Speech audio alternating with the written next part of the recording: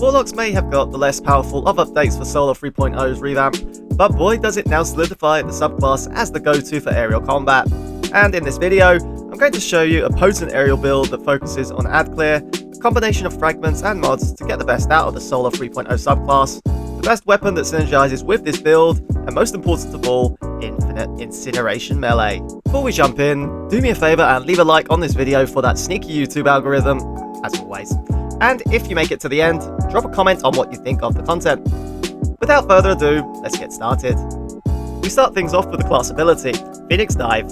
This used to be a base ability of the bottom tree Dawnblade, but now is selectable alongside your rifts and is very useful to restore health whilst taking heavy damage in midair. Incenerator Snap is the new addition to the Warlock melee ability. If you are familiar with the Full Metal Alchemist anime, you will understand when I call this the Colonel Mustang ability.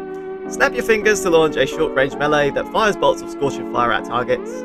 This is going to be the core ability of this build. Moving on to the aspects, now most of these are essentially the old top tree Dawnblade abilities, such as Icarus Dash, which allows you to dodge mid-air, and Heat Rises, which on consuming your grenade, it grants you improved aerial abilities and recharges your melee on aerial kills, in this case, your Incenerator Snap. Whilst Heat Rises is active, you also gain a second Icarus Dash dodge, making you very agile in mid-air combat, also combining this with the previously mentioned Phoenix Dive ability.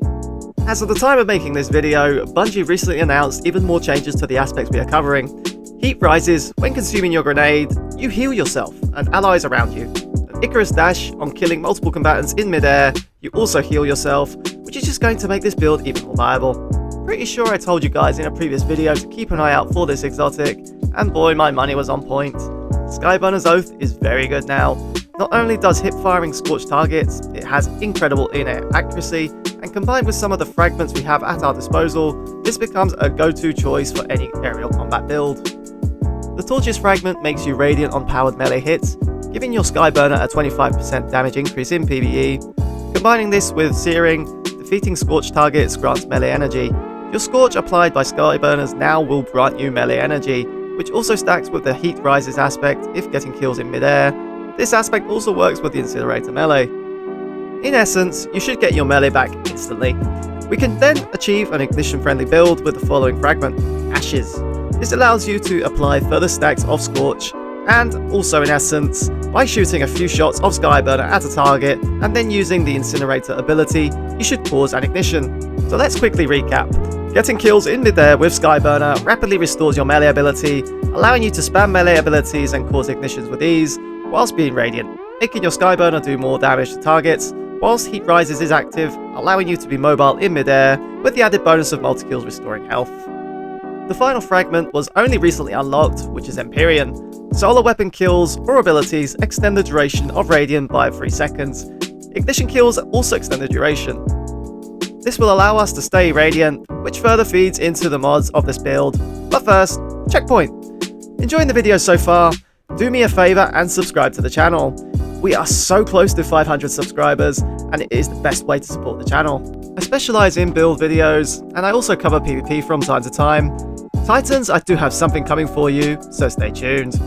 Back to the video, we mentioned that the Radiant effect would enhance this build further via mods, and here we use the Rays of Precision mod that grants ignition on solar precision kills whilst radiant, and the Solar Fulmination mod that grants more radius and damage to these ignitions. This now allows Skyburner's Oath to ignite combatants when using the aim down sights firing mode and getting a precision kill. And with the increased blast radius, this gives you the ability to clear rooms of ads with just a couple of shots as long as you're radiant.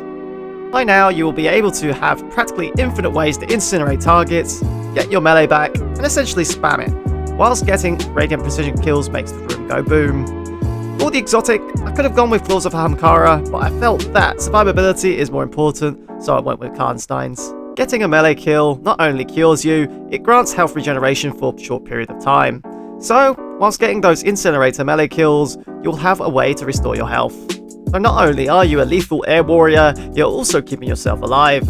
For the sake of being a team player, as you won't really need to generate wells for yourself, throw on the Bountiful Wells mod, and combine this with not 1, not 2, but 3 melee Wellmaker mods, and it will generate 4 solar and elemental wells for you and your teammates.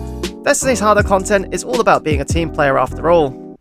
Talking of harder content, we can take Skyburners into champion level content 2 this season. thanks to the Unstoppable Scout Rifle mod. You can stun unstoppable champions whilst aiming down sights. And with that piece of information, it brings an end to this build video. What did you think? Personally, it's quite fun, and I do feel that Solar Warlocks are now built for aerial combat.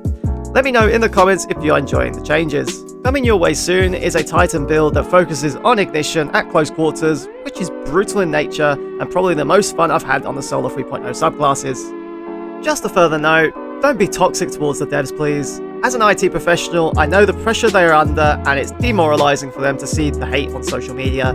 Be better. If you made it to the end and enjoyed the video, remember to drop that like button a slap and subscribe to help support the channel. This was Plasma Alchemist, your viewership is much appreciated. Until next time.